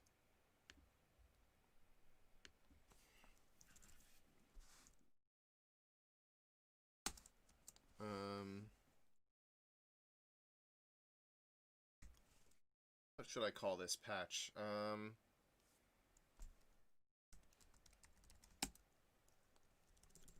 flanged morphing envelope. I'm not really good at naming patches. Morphing envelope. Okay. Name it kind of what it is. Not flanged. Oh my gosh. Yeah, this is flanged. Okay.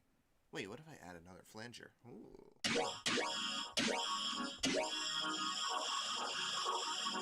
Oh, that's our fourth effect. That's cool as heck. Let's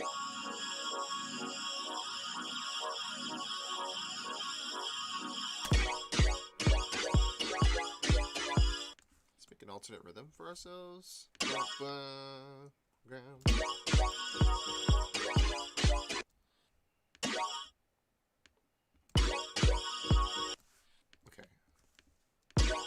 I'm going to try an alternate rhythm where it's simple and it just focuses on the sound, rather than just getting all technical with this.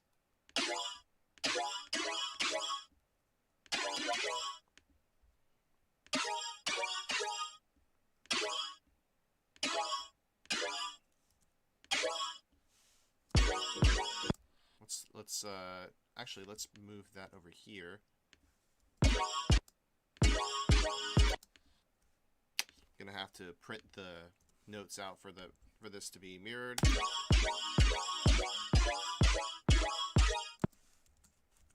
Yeah, something like that, where it's the longer and man, let's just do this.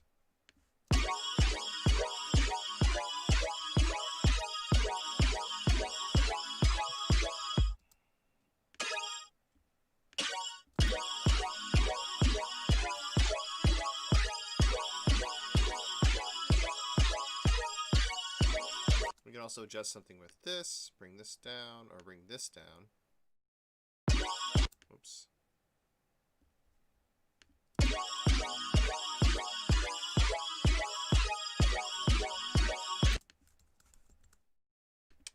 We'll have to use sidechain compression for this to to get the effect that I'm after. So I'm just gonna steal it from this track, copy it over here. Go. Maintains its sidechain source.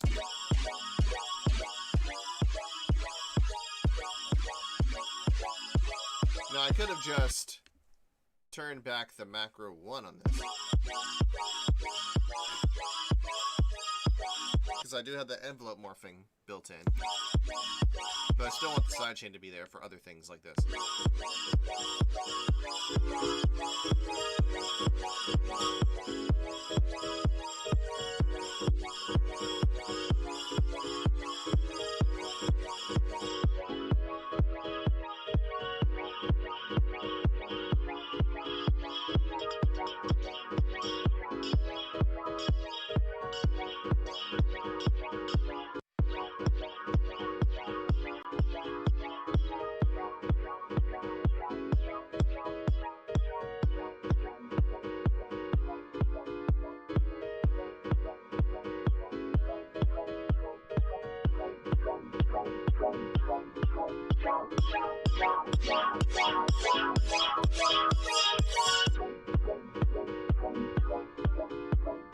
Add one of Ableton's filters on top.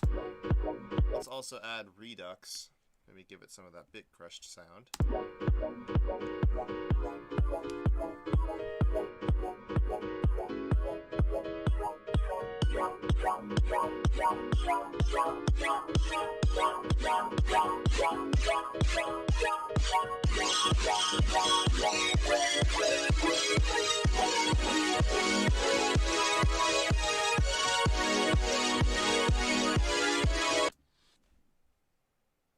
I'm going to have the sustain also be automatable. So if we have longer notes like this, we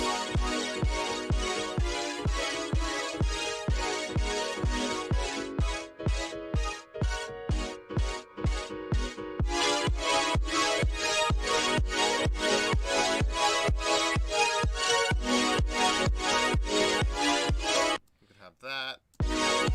Although the sidechain really isn't taking much effect, is it? It is, it is.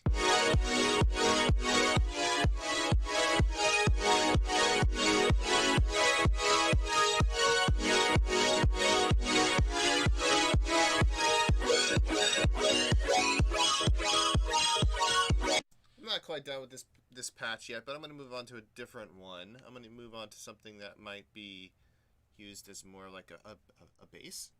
Bass, perhaps? Maybe? Question mark? Let's give it a try. We've already got it set up. So we came up with just now. We can turn that off, and turn that off. And now we'll start from scratch. We want to work in the lower octaves. We're thinking house, right? So, start with something like this.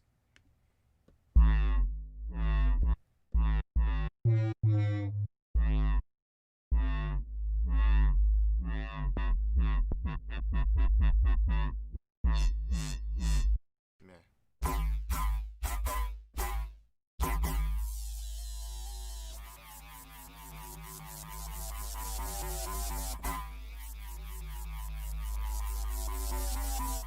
Is it doing the build? Raising the sustain, raising the attack.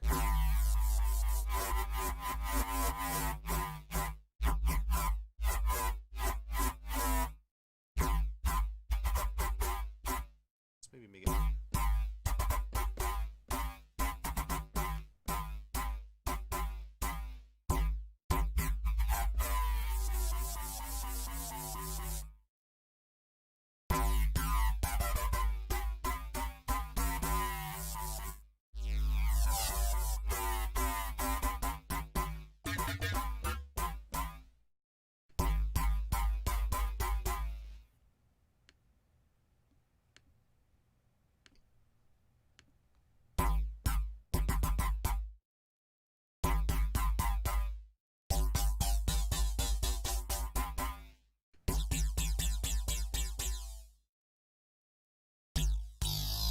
Oh, it's got two builds.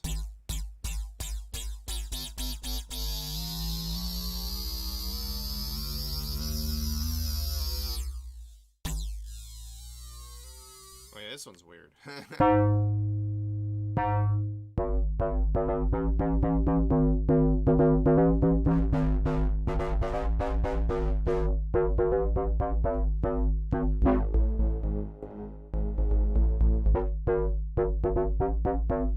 So yeah, this is FM.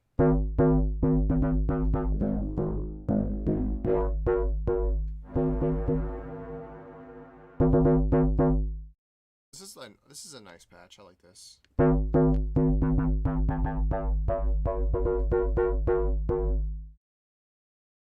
Which one is controlling the distortion?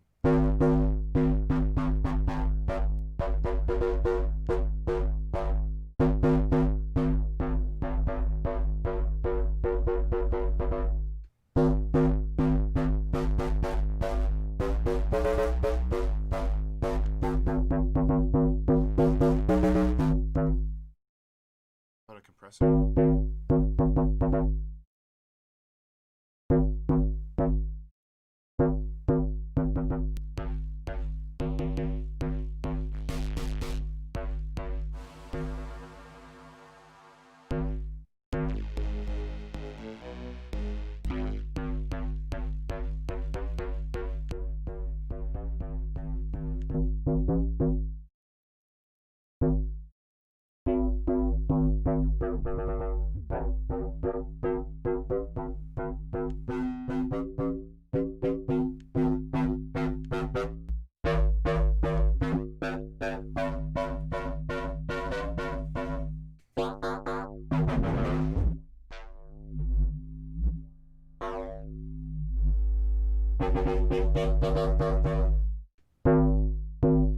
So let's make the mix of this filter controllable and the cutoff controllable.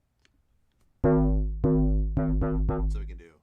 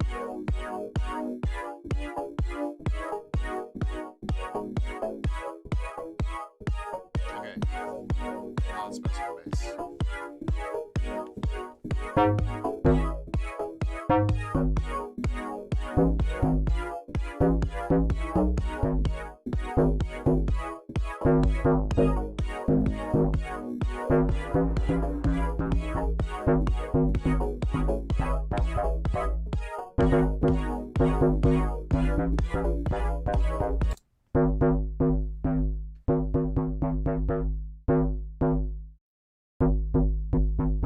that's what I wanted to control. LFO 1 and 2 aren't really being used, so we can just delete those controls and add a control for the decay. So I can have it be quicker or longer.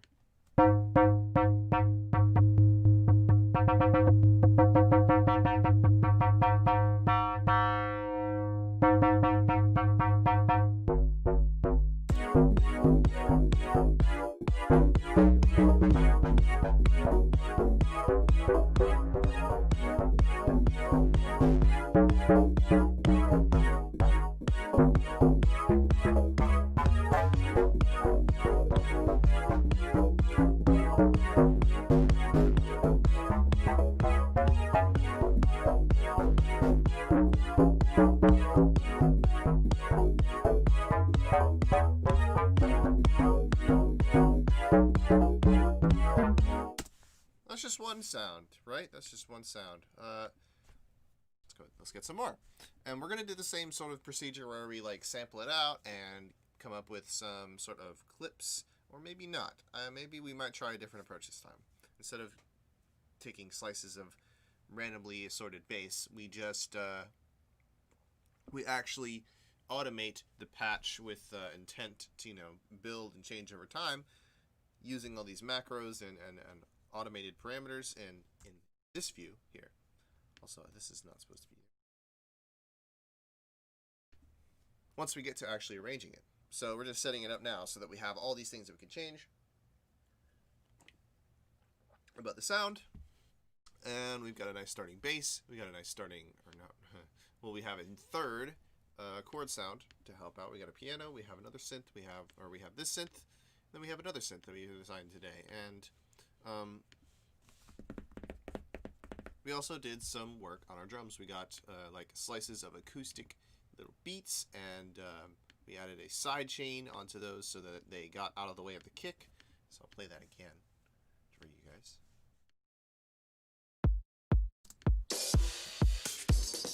Works best when I have the hi-hat and stuff going.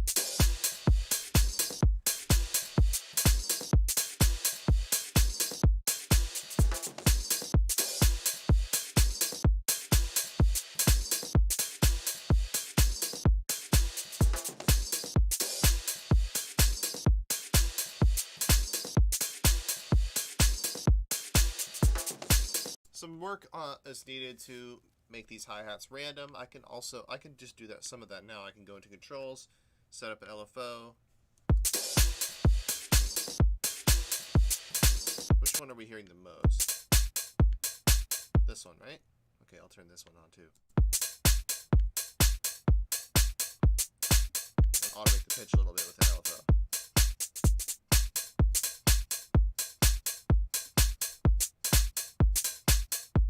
Subtle effect, but it pays off.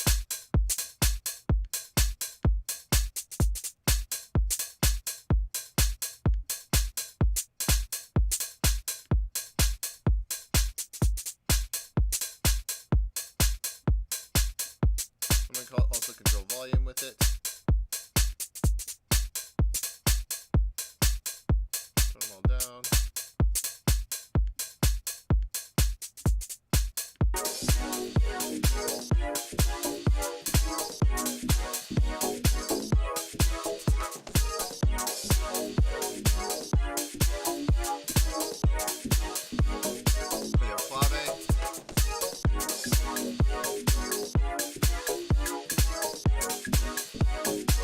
Which I actually want to apply like an effect to, like a really long delay. Echo modulated scratch-tastic?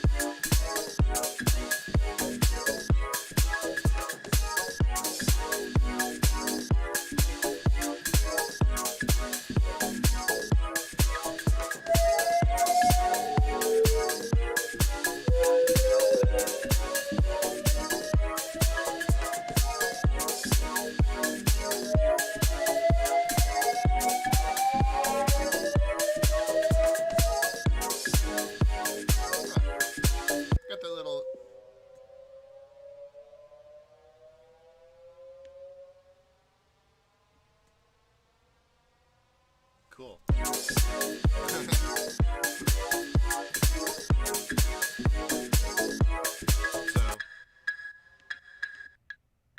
as opposed to this. Yeah, nice difference. Drastic difference.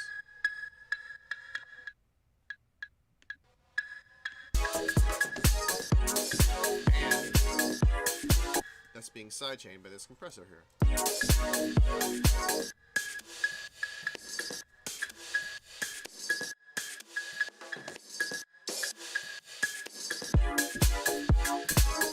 To get a nice little, you know, the foundations of something really cool. So a nice little track we got going here. I think.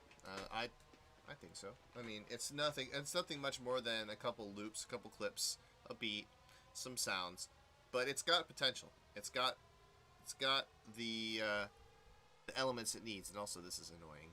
Let's mute that. Which one is making audio? This one. Yeah, we'll make sure we only have that on when we're actually playing it back. But anyways, that marks the end of my stream for today. Come back tomorrow, 11:30. We'll be here. I'll be here. I don't know about y'all, but I hope that y'all come back because, yeah, it was nice today to be able to teach a few people live, and then anyone else who's watching, yep, we'll be doing the same thing, or maybe not. You know, who knows? It's all up in the air. But I think today was a good day, and I think we got a lot done today, and I hope that you all learned something or got some sort of inspiration out of this and your own productions, or maybe start your own thing. And I had mentioned for those who would stick around and wanted the chord plugin that I made. I'll post it in the description. I'll post a link to a Fire page or something like that, Dropbox, whatnot, and it'll be an AMXD file. And then tomorrow, I will show the standalone version where it will be different temperaments, and you'll get to hear as if they were played in the Bach era and the Renaissance age, and you know, etc., etc.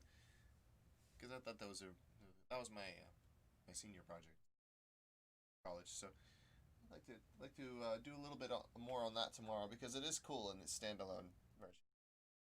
I'd like to show you guys that.